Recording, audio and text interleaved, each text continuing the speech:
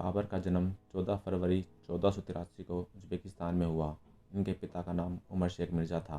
बाबर भारत के पहले मुग़ल सम्राट थे। इनका पूरा नाम ज़हरुद्दीन मोहम्मद बाबर था। मुग़ल शासकों ने लगभग 300 सालों तक भारत में अपनी हुकूमत चलाई। जब बाबर 11 वर्ष के थे तो उनके पिता का देहांत हो गया था। पिता के देहांत के बाद कम उम्र में ही राज्य की जिम्मेदारी बाबर ने ही संभाली थी। जिम्मेदारी संभालने के बाद बाबर के रिश्तेदारों ने इसका विरोध किया। बाबर छोटी उम्र से ही बहादुर योद्धा थे। बाबर ने शाब्दिक शासक के साथ दोस्ती की और मध्य एशिया के कुछ हिस्सों पर जीत हासिल की। बाबर ने इब्राहिम लोदी द्वारा शासित दिल्ली सल्तनत पर हमला कर दिया। जब बाबर ने दिल्ली पर हमला किया था तब दिल्ली के सुल्तान इब्राहिम लोदी था, लेकिन वो दिल्ली की सल्तनत पर शासन करने में सक्षम नहीं था और बाबर ने इब्राहिम लोदी को पानीपत की पहली लड़ाई में हरा दिया। इस युद्ध में इब्राहिम लोदी ने खुद को हारता देख खुद को मार डाला। पानीपत की पहली लड़ाई सबसे बड़ी लड़ाई थी, जो कि 1526 अप्रैल में लड़ी गई थी। आपको बता दें कि पानीपत के युद्ध में जीत के बाद भी बाबर की भारत में मजबूत स्थिति नहीं थी।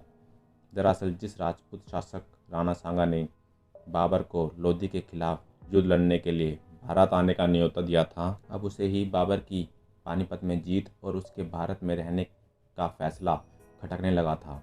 राणा सांगा बाबर को विदेशी मानता था और चाहता था कि बाबर काबुल वापस चला जाए, और इसी वजह से राणा सांगा ने बाबर के भारत में शासन का विरोध किया।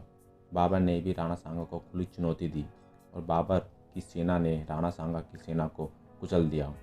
इसी तरह बाबर ने खानवा की लड़ाई में सफलतापूर्वक राणा सांगा को भी हरा दिया। खानवा की लड़ाई सन 1527 में लड़ी गई। इस तरह बाबर ने 2 लड़ाइयाँ जीत ली। बाबर ने भारत पर पहला हमला 1519 में बाजौर पर किया था और इस हमले में उसने बहरा किला को भी जीत लिया था। और वहीं इस लड़ाई में बाबर ने सबसे पहले बारूद और तोपखाने का भी इस्तेमाल किया था। मुग़ल बादशाह बाबर पानीपत की लड़ाई में जीत हासिल करने से पहले भारत पर 4 बार हमला कर चुका था और पानीपत की लड़ाई उसकी भारत में 5वीं लड़ाई थी, जिसमें उसने जीत हासिल की थी और अपने साम्राज्य को आगे बढ़ाया था। बाबर ने अपने आखिरी समय में भारत के ज़्यादातर हिस्सों में मुग़ल साम्राज्य का विस्तार कर दिया था। बाबर ने पंजाब, दिल्ली और बिहार जीत लिया था। बाबर ने अपनी मृत्यु से पहले अपनी आत्मकथा बाबरनामा लिखी थी, जिसमें उसने अपनी बहादुरी की छोटी बड़ी सब बातों का जिक्र किया था। इसके साथ ही बाबरनामे में मुग़ल शासक ने उनके जीवन की सभी लड़ाइयों का उल्लेख किया था।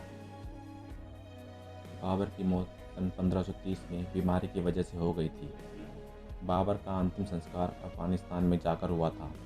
बाबर की मौत के बाद उसके बड़े बेटे हुमायूं को मुग़ल साम्राज्य का उत्तराधिकारी बनाया गया और उन्होंने दिल्ली की सल्तनत पर राज किया। दोस्तों, अगर आपको ये कहानी अच्छी लगी हो तो मेरे चैनल को लाइक और सब्सक्राइब करना ना भूलें।